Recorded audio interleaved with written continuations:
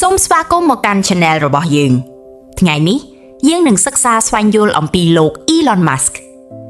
រឿងដំបូងគេដែលអ្នកប្រហែលជានឹកឃើញមុនគេនៅពេលឮឈ្មោះរបស់គាត់គឺពិតណាស់គឺលុយប្រហែលជាមកពីគាត់មិនមែនត្រឹមតែជាអ្នកមានធម្មតានោះទេប៉ុន្តែគាត់គឺជាបុគ្គលដែលបច្ចុប្បន្នមានទ្រព្យសម្បត្តិច្រើនជាងគេបំផុតនៅលើពិភពលោកឬអាចនិយាយបានថាក្នុងប្រវត្តិសាស្ត្រផងក៏សាមញ្ញដែរគាត់មានទ្រព្យសម្បត្តិសរុបជាង440ប៊ីលានឬ44,000 លានដុល្លារនោះជាចំនួនទឹកប្រាក់ដ៏មហាសាលដែលវាគ្រប់គ្រាន់នឹងចែកឲ្យមនុស្សម្នាក់ៗនៅលើពិភពលោកនេះចំនួន$50ហើយនៅសល់រាប់ប៊ីលានដុល្លារទៀតផងតើគាត់ខ្លាចជាអ្នកមានខ្លាំងបែបនេះដោយរបៀបណាមនុស្សជាច្រើនប្រកាសជាគិតថាមកពីការខិតខំប្រឹងប្រែងធ្វើការងារឬដោយសារមានគំនិតច្នៃប្រឌិតដ៏អស្ចារ្យប៉ុន្តែការពិតវាមិនមែនត្រឹមតែការខិតខំឬមានគំនិតល្អប៉ុណ្ណោះទេមនុស្សរាប់លានអ្នកធ្វើការងារធ្ងន់ធ្ងរណាស់ហើយមនុស្សរាប់លានអ្នកទៀតក៏មានគំនិតល្អដែរប៉ុន្តែពួកគេមិនបានក្លាយជាមហាសេដ្ឋីនោះទេមែនទេដូច្នេះតើអ្វីទៅដែលធ្វើឲ្យ Elon Musk ខុសប្លែកពីគេយើងនឹងជជែកអំពីការសម្រេចចិត្តដែលធ្វើឲ្យគាត់ក្លាយជាអ្នកមានស្តុកស្ដាំបែបនេះទោះជាយ៉ាងណារឿងរ៉ាវនេះមិនមែនជារឿងនិយាយតែពីលុយមួយមុខនោះទេវាជារឿងរ៉ាវនៃការស្រឡាញ់អ្វីដែលខ្លួនធ្វើការធ្វើការងារដោយឆ្លាតវៃនិងការហ៊ានប្រថុយប្រឋានដ៏ធំធេងយើងនឹងក្រឡេកមើលថាតើក្មេងប្រុសម្នាក់មកពីប្រទេសអាហ្វ្រិកខាងត្បូងបានក្លាយជាឈ្មោះដែលមនុស្សទូទាំងពិភពលោកស្គាល់ដោយរបៀបណាយើងនឹងស្វែងយល់ពីរបៀបដែលក្រុមហ៊ុនរបស់គាត់ដូចជា Tesla និង SpaceX បានផ្លាស់ប្ដូរពិភពលោកវីដេអូនេះនឹងនាំអ្នកទៅកាន់ដំណើររឿងតាំងពីកុមារភាពរហូតដល់ផែនការដ៏អស្ចារ្យរបស់គាត់សម្រាប់ថ្ងៃអនាគតវាជារឿងរ៉ាវដែលនឹងធ្វើឲ្យអ្នកពិចារណាអំពីអ្វីដែលអាចទៅរួចនិងអាចជួយឲ្យអ្នកហ៊ានស្រមៃឲ្យបានកាន់តែធំជាងមុនវគ្គទី1ជីវិតកាលពីកុមារភាពនៅអាហ្វ្រិកខាងត្បូង Elon Musk កើតនៅក្នុងឆ្នាំ1971នៅទីក្រុងមួយឈ្មោះថា Pretoriaក្នុងប្រទេសអាហ្វ្រិកខាងត្បូងវាជាកន្លែងដ៏ស្រស់ស្អាតមួយប៉ុន្តែក៏ជាកន្លែងដ៏លំបាកមួយសម្រាប់ការលូតលាស់ផងដែរ Elon រស់នៅជាមួយគ្រួសាររបស់គាត់ម្ដាយរបស់គាត់ឈ្មោះម៉ៃគឺជាតារាម៉ូដែលនិងជាអ្នកជំនាញខាងរបបអាហារឪពុករបស់គាត់ឈ្មោះ Errol គឺជាវិស្វករ Elon ក៏មានប្អូនប្រុសម្នាក់ឈ្មោះ Kimball និងប្អូនស្រីម្នាក់ឈ្មោះ Tosca Elon គឺជាក្មេងដែលមានការចង់ដឹងចង់ឃើញខ្លាំងណាស់គាត់ចូលចិត្តសួរដេញដោលហើយចង់ដឹងពីរបៀបដែលវត្ថុផ្សេងៗដំណើរការគាត់ក៏ជាមនុស្សចូលចិត្តអានសៀវភៅខ្លាំងណាស់ដែរដោយគាត់បានអានសៀវភៅជាច្រើនរាប់មិនអស់រួមមានសៀវភៅបែបវិទ្យាសាស្ត្រប្រឌិត Sci-fi សៀវភៅអំពីកុំព្យូទ័រនិងសៀវភៅអំពីការបង្កើតវត្ថុផ្សេងៗគាត់ចូលចិត្តស្រមៃអំពីពិភពលោកថ្មីៗនិងលទ្ធភាពថ្មីៗកាលពីនៅក្មេងElon ចាប់អារម្មណ៍លើកុំព្យូទ័រខ្លាំងណាស់នាសម័យនោះគឺជាដំណាក់កាលដំបូងនៃបច្ចេកវិទ្យាកុំព្យូទ័រហើយមិនសូវមានមនុស្សមានវានៅតាមផ្ទះឡើយប៉ុន្តែ Elon ចង់រៀនសូត្របន្ថែមពីវាគាត់បានស្វ័យសិក្សារៀនដោយខ្លួនឯងនៅរបៀបសរសេរកម្មវិធីកុំព្យូទ័រ Programming ការសរសេរកម្មវិធីគឺដូចជាការផ្ដល់ការណែនាំទៅកាន់កុំព្យូទ័រដើម្បីឲ្យវាធ្វើការងារផ្សេងៗគាត់ធ្វើវាបានយ៉ាងល្អនិងមានដុំពីកំណើតតែម្ដងជីវិតនៅសាលារៀនមិនមែនជាការងាយស្រួលសម្រាប់ Elon នោះទេគាត់ជាក្មេងឆ្លាតប៉ុន្តែមិនសូវចុះសម្រុងនឹងគេឡើយក្មេងៗដទៃទៀតខ្លះមិនសូវល្អដាក់គាត់ទេធ្វើឲ្យគាត់ច្រើនតែនៅម្នាក់ឯងគាត់ចូលចិត្តអានសៀវភៅជាជាងលេងជាមួយក្មេងដទៃវាជាការលំបាកសម្រាប់គាត់ហើយជារឿយគាត់តែងតែរងគ្រោះដោយសារការធ្វើបាប bully ពីមិត្តភ័ក្តិទំនាក់ទំនងរបស់ Elon ជាមួយឪពុកក៏មិនសូវល្អដែរពួកគេមិនសូវយល់ចិត្តគ្នាឡើយដោយមានគំនិតខុសគ្នាចំពោះរឿងរ៉ាវជាច្រើននេះធ្វើឲ្យជីវិតនៅផ្ទះជួបការលំបាកក្នុងពេលខ្លះឪពុករបស់គាត់ជាមនុស្សម៉ឺងម៉ាត់និងទាមទារខ្ពស់គាត់បានដាក់សម្ពាធលើ Elon ខ្លាំងណាស់ដែលនេះមិនមែនជាចំណុចល្អតែងតែសម្រាប់ Elon នោះទេគ្រួសាររបស់ Elon មិនមែនជាអ្នកមានទ្រព្យសម្បត្តិស្តុកស្តម្ភឡើយពួកគេមានលុយកាក់រស់នៅសមរម្យប៉ុន្តែមិនមានលុយសល់ច្រើនសម្រាប់ខ្ចាស់ខ្ជីទេនេះហើយដែលធ្វើឲ្យ Elon គិតគូរពីរបៀបដើម្បីទទួលបានជោគជ័យ គាត់ចង់បង្កើតជីវិតដ៏ល្អប្រសើរមួយសម្រាប់ខ្លួនឯងនិងចង់ធ្វើរឿងរ៉ាវដ៏អស្ចារ្យនៅពេលអ៊ីឡនធំដឹងក្តីគាត់ចាប់ផ្ដើមមានអារម្មណ៍ថាខ្លួនមិនមែនជាផ្នែកមួយនៃប្រទេសអាហ្វ្រិកខាងត្បូងឡើយគាត់ចង់ទៅកន្លែងផ្សេងដែលជាកន្លែងគាត់អាចរៀនសូត្រនិងធ្វើអ្វីៗបានកាន់តែច្រើនគាត់ចាប់ផ្ដើមគិតគូរពីការចាកចេញពីអាហ្វ្រិកខាងត្បូងម្យ៉ាងទៀតប្រទេសអាហ្វ្រិកខាងត្បូងមានច្បាប់តម្រូវឲ្យយុវជនត្រូវចូលបម្រើកងទ័ពប៉ុន្តែអ៊ីឡនមិនចង់ចូលរួមឡើយព្រោះគាត់គិតថាវាមិនត្រឹមត្រូវសម្រាប់គាត់ក៏ចង់ទៅសិក្សានៅបរទេសផងដែរគាត់ដឹងថាគាត់ត្រូវតែចាកចេញពីអាហ្វ្រិកខាងត្បូងដើម្បីដេញតាមក្តីស្រមៃរបស់ខ្លួនគាត់ចង់មានសេរីភាពនៅក្នុងការគិតនិងការបង្កើតថ្មីគាត់ចង់ក្លាយជាវិស្វករនិងជាអ្នកបង្កើតហើយចង់ផ្លាស់ប្ដូរពិភពលោក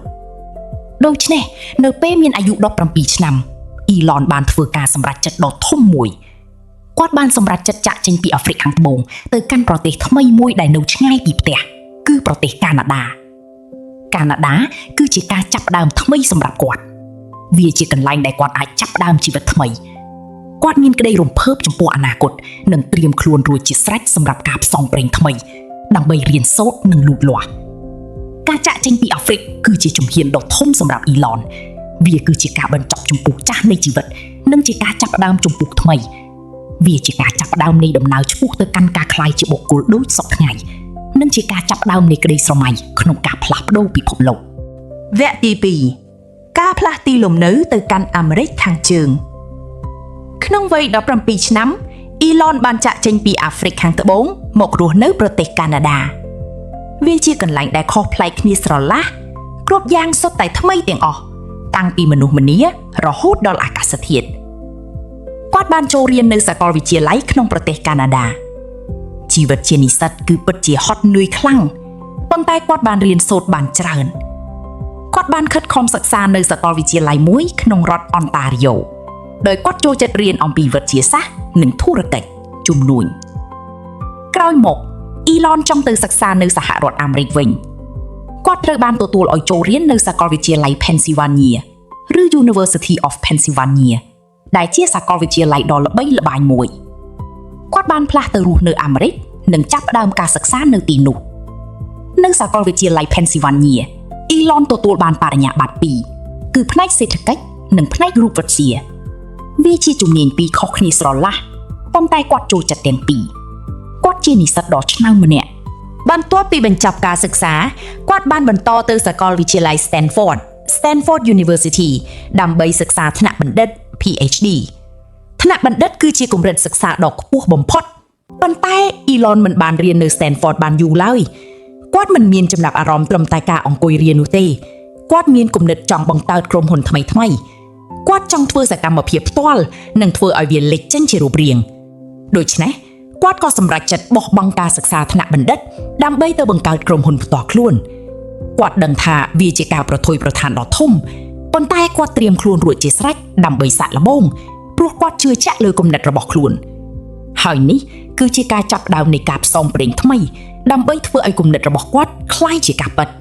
វគ្គទី3ក្រុមហ៊ុនដំបូងZip2 និង X.com បន្ទាប់ពីឈប់រៀននៅអាមេរិកអ៊ីឡនមិនចង់ធ្វើការឲ្យអ្នកដទៃឡើយគាត់មានគំនិតធំធេងនិងចង់បង្កើតក្រុមហ៊ុនផ្ទាល់ខ្លួន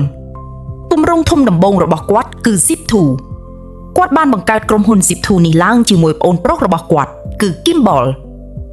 Zip2 គឺជាក្រុមហ៊ុនផលិតកម្មវិធីកុំព្យូទ័រសម្រាប់ណែនាំផ្លូវនិងទីក្រុងតាមប្រព័ន្ធអនឡាញ Online City Guides សូមស្រមៃមើលផែនទីទីក្រុងមួយប៉ុន្តែវាស្ថិតនៅលើកុំព្យូទ័រអាជីវកម្មផ្សេងៗអាចបង់ប្រាក់ដើម្បីមានឈ្មោះនៅលើផែនទីនោះដើម្បីឲ្យមនុស្សងាយស្រួលស្វែងរកពួកគេនេះជាគំនិតថ្មីស្រឡាងមួយក្នុងទសវត្សរ៍ឆ្នាំ1990ដែលជាពេលដែលអ៊ីនធឺណិតទើបតែចាប់ផ្ដើមពេញនិយមការចាប់ផ្ដើម Zip2 គឺជាការងារដ៏លំបាកខ្លាំងអ៊ីឡននិង Kimball មិនសូវមានលុយកាក់ទេពួកគេធ្វើការរាប់ម៉ោងនិងជួបប្រទះបញ្ហាជាច្រើនជារាវពួកគេមិនមានលុយគ្រប់គ្រាន់ដើម្បីបង់ថ្លៃទឹកថ្លៃភ្លើងឡើយប៉ុន្តែពួកគេនៅតែបន្តទៅមុខព្រោះពួកគេជឿជាក់លើគំនិតរបស់ខ្លួនសំ Zip2 ចាប់ផ្ដើមដំណើរការបានល្អ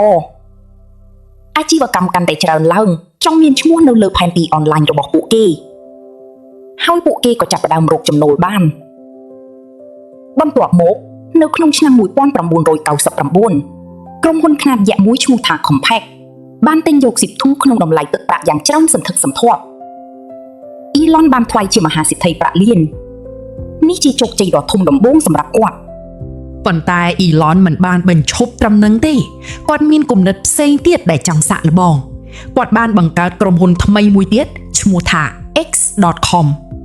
X.com គឺជាក្រុមហ៊ុនសម្រាប់សេវាកម្មធនាគារអនឡាញនិងការទូទាត់ប្រាក់តាមអ៊ីមែលវាមានន័យថាមនុស្សអាចផ្ញើលុយឲ្យគ្នាទៅវិញទៅមកតាមអនឡាញដោយប្រើកុំព្យូទ័រនេះក៏ជាគំនិតថ្មីស្រឡាងមួយដែរនាពេលនោះ X.com ជាគំនិតដ៏ល្អប៉ុន្តែវាមិនមែនជាក្រុមហ៊ុនតែមួយគត់ដែលធ្វើបែបនេះទេ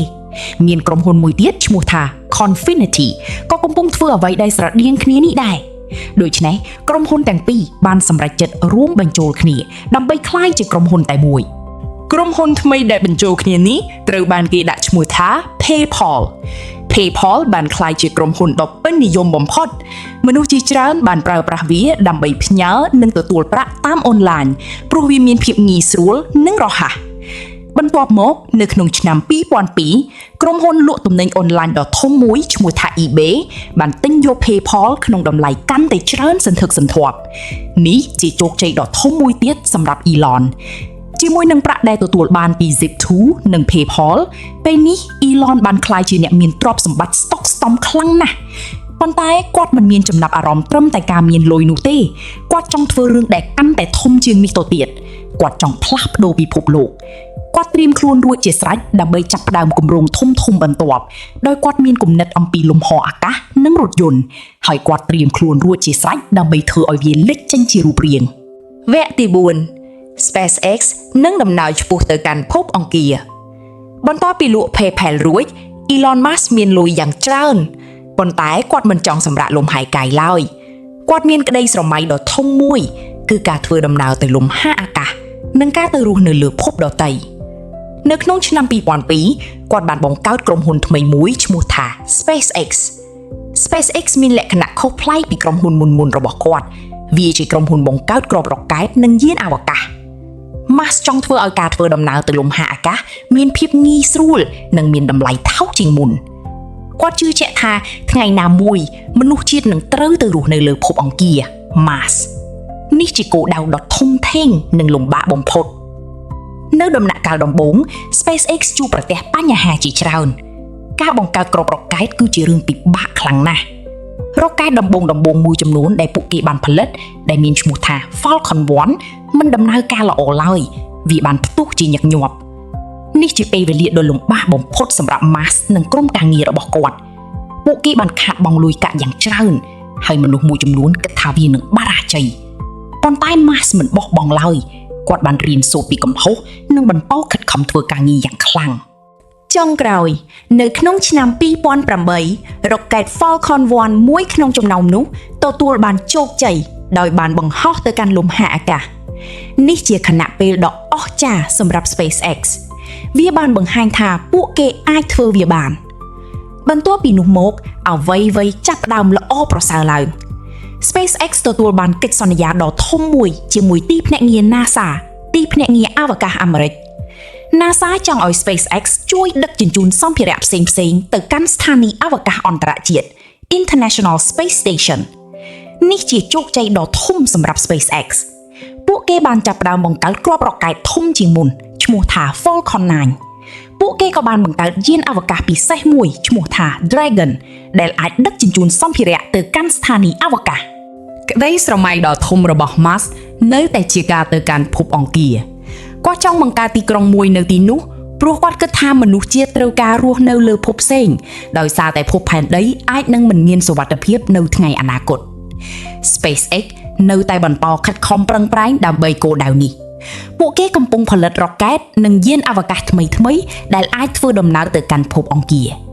វាជាដំណើរដ៏វែងឆ្ងាយនិងលំបាកប៉ុន្តែ Elon Musk មានការបដិញ្ញាចិត្តខ្ពស់ក្នុងការធ្វើវាឲ្យសម្រេចវគ្គទី5 Tesla និងរថយន្តអគ្គិសនី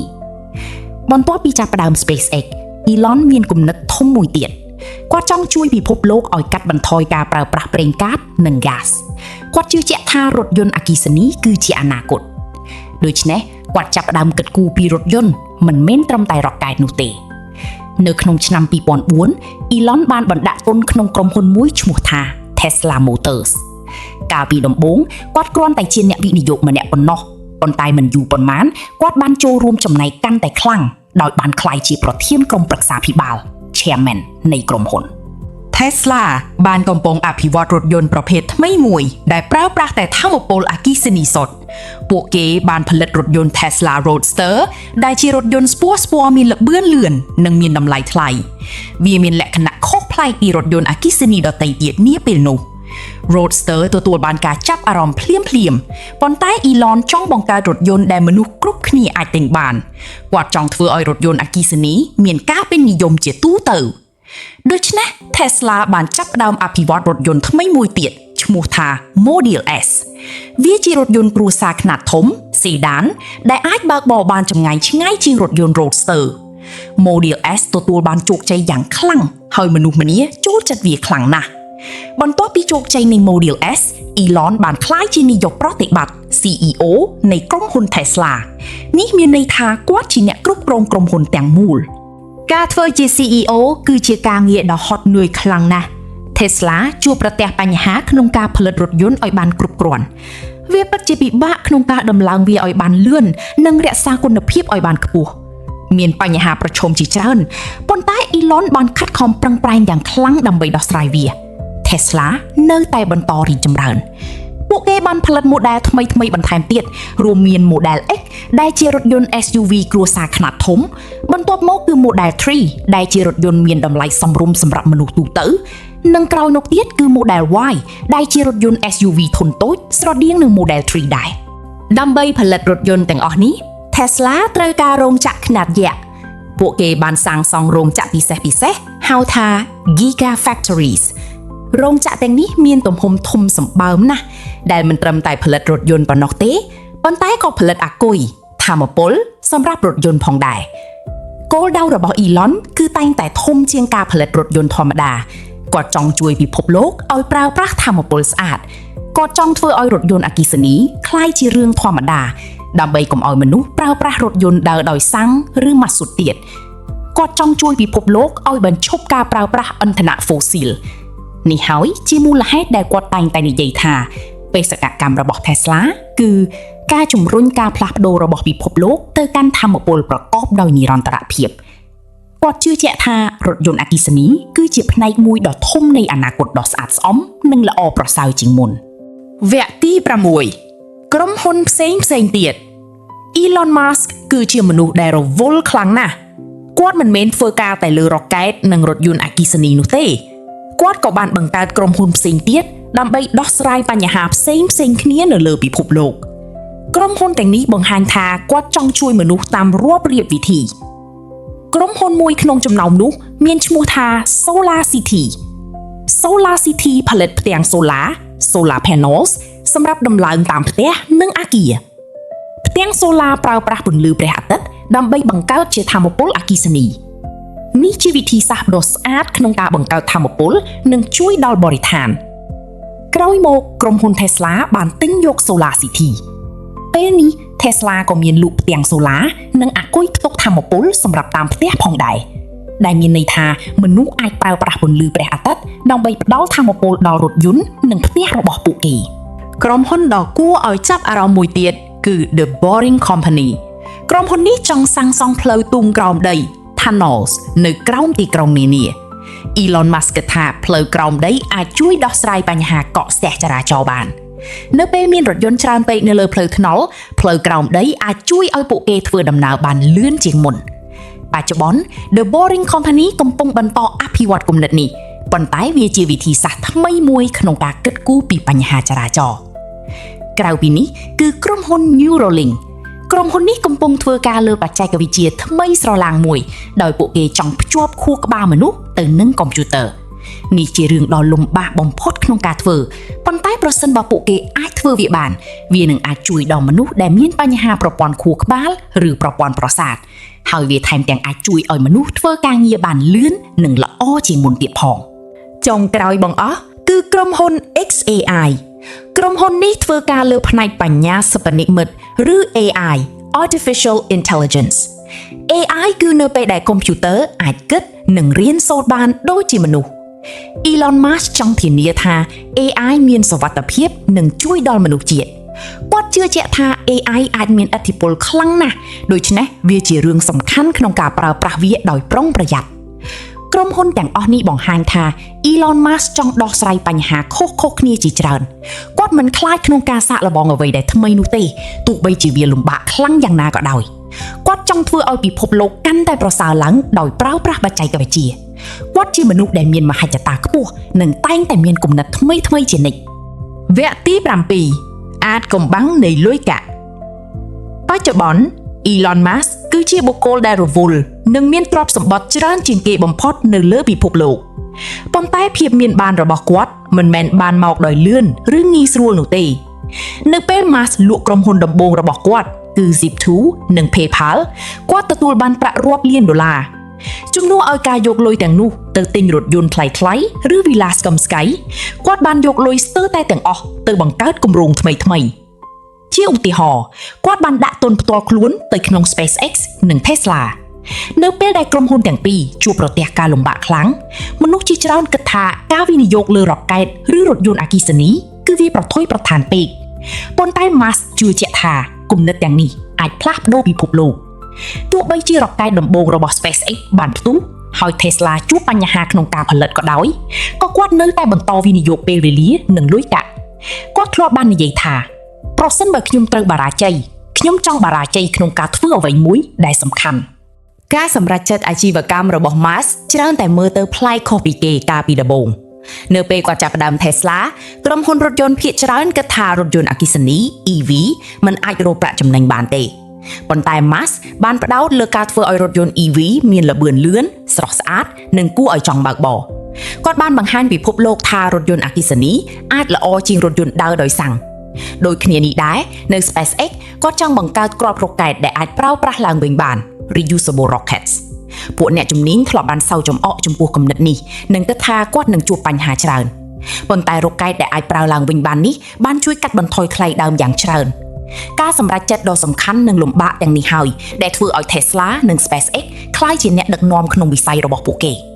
គន្លឹះមួយទៀតនៃជោគជ័យរបស់ Musk គឺការផ្ដោតលើអនាគតខណៈពេលដែលក្រុមហ៊ុនជាច្រើនបារម្ភតែពីប្រាក់ចំណេញរយៈពេលខ្លី Musk បានចំណាយពេលរាប់ឆ្នាំឬរាប់ទសវត្សរ៍ក្នុងការរៀបចំផែនការជាឧទាហរណ៍រោងចក្ររបស់ Tesla ត្រូវបានសាងសង់ឡើងដើម្បីផលិតអាគុយនិងរថយន្តក្នុងទ្រង់ទ្រាយធំសម្បើមកាលពីដំបូងការសាងសង់រោងចក្រធំៗបែបនេះគឺពិតជាមានតម្លៃថ្លៃនិងលំបាកខ្លាំងណាស់ប៉ុន្តែសប្តាហ៍ថ្ងៃនេះវាបានជួយឲ្យ Tesla លក់រថយន្តបានច្រើនជាងក្រុមហ៊ុន EV ដទៃទៀតនៅលើពិភពលោកចក្ខុវិស័យរយៈពេលវែងរបស់ Musk ក៏រួមបញ្ចូលទាំងគោលដៅដូចជាការបង្កើតអាណានិគមនៅលើភពអង្គារជាមួយ SpaceX ឬការបង្កើតដំណោះស្រាយថាមពលស្អាតជាមួយ Solar City ផងដែរគាត់ជឿជាក់ថាការដោះស្រាយបញ្ហាធំៗត្រូវចំណាយពេលហើយគាត់ត្រៀមខ្លួនរួចជាស្រេចក្នុងការរង់ចាំលទ្ធផលការបង្កើតថ្មីគឺជាបេះដូងនៃក្រុមហ៊ុនរបស់ Muskគាត់ចង់ឲ្យវិស្វកររបស់គាត់សាកល្បងគំនិតថ្មីៗទោះបីជាពួកគេត្រូវបរាជ័យជាច្រើនដងក៏ដោយជាឧទាហរណ៍ក្រុមការងាររបស់ SpaceX បានធ្វើតេស្តរ៉ុកែតម្ដងហើយម្ដងទៀតដោយរៀនសូត្រពីការផ្ទុះនីមួយៗរហូតទាល់តែពួកគេទទួលបានជោគជ័យនៅ Tesla បុគ្គលិកបានស្វែងរកវិធីច្នៃប្រឌិតដើម្បីពន្លឿនការផលិតរថយន្តបន្ទាប់ពីមានការយឺតយ៉ាវនៅដំណាក់កាលដំបូង Musk តែងតែនិយាយថាការបរាជ័យគឺជាជម្រើសមួយនៅទីនេះប្រសិនបើអ្វីមិនបរាជ័យទេមានន័យថាអ្នកមិនទាន់បានបង្កើតថ្មីគ្រប់គ្រាន់ឡើយផ្នត់គំនិតនេះបានជួយឲ្យក្រុមការងាររបស់គាត់ដោះស្រាយបញ្ហាដែលអ្នកដទៃគិតថាមិនអាចទៅរួចក្រុមហ៊ុនរបស់ Musk ក៏បានផ្លាស់ប្ដូរឧស្សាហកម្មទាំងមូលផងដែរមុនពេលមាន Tesla រថយន្តអគ្គិសនីត្រូវបានគេមើលឃើញថាជាឡានយឺតនិងគួរឲ្យធុញឥឡូវនេះក្រុមហ៊ុនរថយន្តស្ទើរតែទាំងអស់កំពុងប្រជែងគ្នាផលិតរថយន្ត EV រ៉ុកែតដែលអាចប្រើឡើងវិញបានរបស់ SpaceX បានបង្ខំឲ្យក្រុមហ៊ុនអវកាសដទៃទៀតត្រូវបញ្ចុះតម្លៃនិងអភិវឌ្ឍបច្ចេកវិទ្យារបស់ពួកគេតាមរយៈការបង្កើតផលិតផលដែលមនុស្សចង់បាននិងត្រូវការអាជីវកម្មរបស់ Musk បានកើនឡើងតម្លៃយ៉ាងមហាសាល នៅពេលដែលតម្លៃភាគហ៊ុនរបស់ Tesla ឬ SpaceX កើនឡើងទ្រព្យសម្បត្តិរបស់ Musk ក៏កើនឡើងតាមនឹងដែរមានមេរៀនសំខាន់ដែលត្រូវរៀនសូត្រពីដំណើរជីវិតរបស់ Musk ទី1គាត់គិតធំជាងមនុស្សភាគច្រើនខណៈពេលដែលអ្នកដទៃផ្ដោតលើគោលដៅតូចតាច Musk ស្រមៃចង់បញ្ជូនមនុស្សទៅភពអង្គារឬជំនួសឥន្ធនៈ fossil ដូចជាប្រេងឬ gas ទី2គាត់ហ៊ានប្រថុយប្រឋានទោះបីជាភាគរយនៃការបរាជ័យមានខ្ពស់ក៏ដោយជាឧទាហរណ៍គាត់បានចំណាយលុយចុងក្រោយរបស់គាត់ទៅលើ SpaceX នៅពេលដែលក្រុមហ៊ុនមានរ៉ុកែតសល់តែមួយគ្រាប់ចុងក្រោយសម្រាប់ការសាក់លបងទី3គាត់វិនិយោគលើដំណោះស្រាយដែលអាចចំណាយពេលរាប់ឆ្នាំទើបដំណើរការដូចជាការសាងសង់រោងចក្រអាគុយខ្នាតយក្សចុងក្រោយ Musk ធ្វើការងារធ្ងន់ធ្ងរជាង CEO ភាគច្រើនដោយជារួយគាត់តែងតែគេងនៅការិយាល័យដើម្បីដោះស្រាយបញ្ហាទ្រព្យសម្បត្តិរបស់ Musk មិនមែនត្រឹមតែជារឿងលុយកាក់នោះទេគាត់ចាត់ទុកលុយជាឧបករណ៍មួយដើម្បីដោះស្រាយបញ្ហាធំនិងកែលម្អជីវិតរស់នៅលើផែនដីនិងលើពីនេះជោគជ័យរបស់គាត់បានមកពីការជឿជាក់លើគំនិតរបស់ខ្លួនទោះបីជាអ្នកដទៃមានការសង្ស័យលើគាត់ក៏ដោយហើយមិនដែលបោះបង់ចក្ខុវិស័យរបស់ខ្លួនឡើយដោយដែលគាត់ធ្លាប់បាននិយាយថាការស៊ូទ្រាំគឺជារឿងសំខាន់ណាស់អ្នកមិនគួរលះបង់ឡើយលុះត្រាតែអ្នកត្រូវបានគេបង្ខំឲ្យលះបង់សម្រាប់ Musk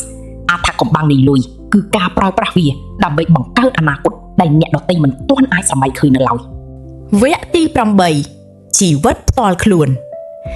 ការខ្លាយជាអ្នកមានស្តុកស្តម្ភបែបនេះបានផ្លាស់ប្ដូររឿងរ៉ាវខ្លះៗនៅក្នុងជីវិតរបស់គាត់ប៉ុន្តែវាមិនបានផ្លាស់ប្ដូរច្រើនដោយដែលអ្នកគិតនោះទេគាត់នៅតែបន្តធ្វើការងារយ៉ាងខ្លាំងក្លាដដែលគាត់កាន់តែមានឈ្មោះបោះសម្លេងនិងល្បីល្បាញខ្លាំងឡើងមនុស្សម្នាបានឃើញគាត់នៅលើកញ្ចក់ទូរទស្សន៍ផ្ដល់កិច្ចសម្ភាសន៍និងនិយាយអំពីក្រុមហ៊ុនរបស់គាត់ថែមទាំងបានចូលរួមក្នុងកម្មវិធីកំប្លែងទៀតផងគាត់បានចាប់ផ្ដើមក្លាយជាផ្នែកមួយនៃវប្បធម៌ពេញនិយមមនុស្សនិយាយពីគាត់ច្រើនហើយមនុស្សជាច្រើនស្គាល់ឈ្មោះរបស់គាត់ទោះបីជាពួកគេមិនដឹងពីព័ត៌មានលម្អិតនៃការងាររបស់គាត់ទាំងអស់ក៏ដោយ Musk ត្រូវបានគេស្គាល់ថាជាមនុស្សដែលមានគំនិតធំគាត់ជឿជាក់លើការហ៊ានប្រថុយប្រឋាននិងការធ្វើអ្វីដែលមនុស្សដទៃគិតថាមិនអាចទៅរួចគាត់ចង់ដោះស្រាយបញ្ហាធំដូចជាការប្រែប្រួលអាកាសធាតុនិងលទ្ធភាពនៃការរស់នៅរបស់មនុស្សនៅលើភពផ្សេងគាត់មានថាមពលខ្លាំងក្លានិងមិនងាយបោះបង់ឡើយជីវិតការងាររបស់គាត់គឺពិតជាតានតឹងខ្លាំងណាស់គាត់ច្រើនតែធ្វើការងាររាប់ម៉ោងនិងរំពឹងចង់បានបែបនោះពីបុគ្គលិករបស់គាត់ដូចគ្នាគាត់ចូលចិត្តចូលរួមដឹងឮគ្រប់ព័ត៌មានលម្អិតនៃក្រុមហ៊ុនរបស់គាត់វាអាចជារឿងពិបាកសម្រាប់គាត់ក្នុងការស្វែងរកតុល្យភាពដ៏ល្អរវាងការងារនិងពេលវេលាផ្ទាល់ខ្លួនព្រោះគាត់មានកាលវិភាគការងារដែលមមាញឹកខ្លាំង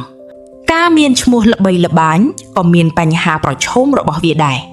មនុស្សជារឿយតែងតែសរសេរព័ត៌មានអំពីគាត់ហើយមិនមែនសុទ្ធតែក្នុងន័យល្អជានិច្ចនោះទេមនុស្សមួយចំនួនកោតសរសើរគាត់ប៉ុន្តែអ្នកខ្លះទៀតក៏រិះគន់គាត់ខ្លាំងដែរវាជារឿងពិបាកសម្រាប់បុគ្គលម្នាក់ក្នុងការស្ថិតនៅក្រោមក្រសែភ្នែករបស់សាធារណជនខ្លាំងបែបនេះ Musk ត្រូវរៀនសូត្រពីរបៀបដោះស្រាយជាមួយនឹងការចាប់អារម្មណ៍ទាំងអស់នេះគាត់ក៏ជាមនុស្សសកម្មខ្លាំងនៅលើបណ្ដាញសង្គមផងដែរដែលពេលខ្លះធ្វើឲ្យមានការជជែកវែកញែកឬទាស់សម្ដីគ្នាគាត់មានជីវិតផ្ទាល់ខ្លួនដ៏ស្មុគស្មាញមួយគាត់ធ្លាប់ឆ្លងកាត់ការរៀបការជាច្រើនលើកនិងមានកូនជាច្រើននាក់គាត់ព្យាយាមចំណាយពេលជាមួយគ្រួសារប៉ុន្តែវាអាចជារឿងពិបាកនៅពេលដែលគាត់មានទំនួលខុសត្រូវការងារច្រើនបែបនេះទោះបីជាគាត់មានទ្រព្យសម្បត្តិស្តុកស្តម្ភនិងល្បីឡើងខ្លាំងយ៉ាងណាក៏ដោយក៏ Elon Musk នៅតែផ្ដោតលើគោលដៅរបស់ខ្លួនដដែលគាត់នៅតែមានការបដិញ្ញាចិត្តក្នុងការផ្លាស់ប្ដូរពិភពលោកគាត់រស់នៅក្នុងជីវិតដ៏មមាញឹកដោយព្យាយាមសម្រេចរឿងរ៉ាវធំគាត់ព្យាយាមរក្សាភាពស្មោះត្រង់ចំពោះជំនឿរបស់ខ្លួនការរក្សាតុល្យភាពរវាងការងារដ៏តានតឹងនិងជីវិតផ្ទាល់ខ្លួននៅតែជាបញ្ហាប្រឈមសម្រាប់គាត់វគ្គទី9ការទិញយក Twitter ថ្ងៃមួយ Elon Musk បានធ្វើឲ្យមានការភ្ញាក់ផ្អើលយ៉ាងខ្លាំងតាមរយៈការដេញថ្លៃទិញយកក្រុមហ៊ុន Twitter ដែលជាបណ្ដាញសង្គមដ៏ល្បីល្បាញមួយដែលមនុស្សជាច្រើនប្រើប្រាស់ដើម្បីចែករំលែកមតិយោបល់និងព័ត៌មានវាជាការភ្ញាក់ផ្អើលដ៏ធំព្រោះវាមិនមានភាពច្បាស់លាស់ថាមូលហេតុអ្វីបានជាគាត់ចង់ទិញវានោះទេ Twitter គឺជាក្រុមហ៊ុនដែលល្បីល្បាញនិងពេញនិយមរួចទៅហើយការដេញថ្លៃនោះគឺមានតម្លៃទឹកប្រាក់យ៉ាងច្រើនសន្ធឹកសន្ធាប់ក កាលពីដំបូងមើលទៅហាក់ដូចជាកិច្ចព្រមព្រៀងនេះប្រហែលជានឹងមិនអាចកើតឡើងនោះទេប៉ុន្តែបន្ទាប់ពីចំណាយពេលមួយសហសវត្សរ៍ភាគីខាង Twitter បានយល់ព្រមលក់ក្រុមហ៊ុនទៅឲ្យ Elon នេះជាព្រឹត្តិការណ៍ដ៏ធំមួយព្រោះវាមានន័យថាបុគ្គលដែលមានឥទ្ធិពលម្នាក់ពេលនេះបានក្លាយជាម្ចាស់កម្មសិទ្ធិនៃបណ្ដាញសង្គមដ៏សំខាន់បំផុតមួយដែលជាកន្លែងមនុស្សជជែកគ្នានិងចែករំលែកគំនិតបន្ទាប់ពីទិញយក Twitter រួច Elon បានធ្វើការផ្លាស់ប្ដូរធំមួយចំនួនគាត់បានផ្លាស់ប្ដូររបៀបដែលបណ្ដាញសង្គមនេះដំណើរការនិងកំណត់ថាអ្នកណាខ្លះអាចប្រើប្រាស់វាបានការផ្លាស់ប្ដូរដ៏ធំបំផុតមួយគឺឈ្មោះគាត់បានប្ដូរឈ្មោះពី Twitter ទៅជា X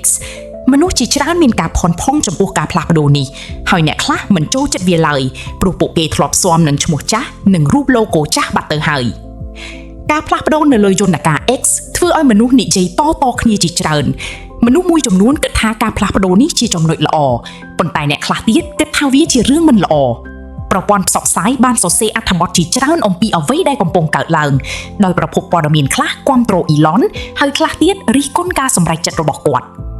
អ្នកប្រើប្រាស់មួយចំនួនបានចាក់ចេញពីបណ្ដាញសង្គមនេះដោយសារពួកគេមិនចូលចិត្តការផ្លាស់ប្ដូរប៉ុន្តែអ្នកខ្លះទៀតនៅតែបន្តរស់នៅព្រោះចង់ដឹងចង់ឃើញថានឹងមានអ្វីកើតឡើងបន្ទាប់ទៀតរឿងរ៉ាវនៃការទិញ Twitter របស់ Elon គឺជាឧទាហរណ៍មួយដែលបង្ហាញពីអំណាចនិងឥទ្ធិពលដ៏ខ្លាំងក្លារបស់គាត់វាបង្ហាញថាគាត់មិនខ្លាចក្នុងការធ្វើការផ្លាស់ប្ដូរធំនោះទេទោះបីជាមនុស្សមិនយល់ស្របនឹងគាត់ក៏ដោយវាក៏បង្ហាញផងដែរថាបណ្ដាញសង្គមមានសារៈសំខាន់យ៉ាងណានៅក្នុងពិភពលោកសម័យទំនើបនិងបង្ហាញថាមនុស្សម្នាក់អាចមានឥទ្ធិពលដ៏ធំធេងលើរបៀបដែលយើងប្រស្រ័យទាក់ទងគ្នាយ៉ាងដូចម្តេចវគ្គទី10តើអ្វីជាជំហានបន្ទាប់សម្រាប់ Elon Musk ដូច្នេះបន្ទាប់ពីការផ្លាស់ប្ដូរធំជាមួយ Twitter រួចមកអ្នកប្រហែលជាសួរថាតើ Elon នឹងធ្វើអ្វីបន្តទៀតវាជាសំណួរដ៏ល្អមួយ Elon Musk មិនមែនជាមនុស្សដែលអង្គុយនៅស្ងៀមបានយូរនោះទេគាត់មានគំនិតជាច្រើននិងចង់ធ្វើរឿងធំបន្ថែមទៀតសម្រាប់ SpaceX ដែលជាក្រុមហ៊ុនអវកាសរបស់គាត់នៅតែចង់ទៅកាន់ភពអង្គារដដែល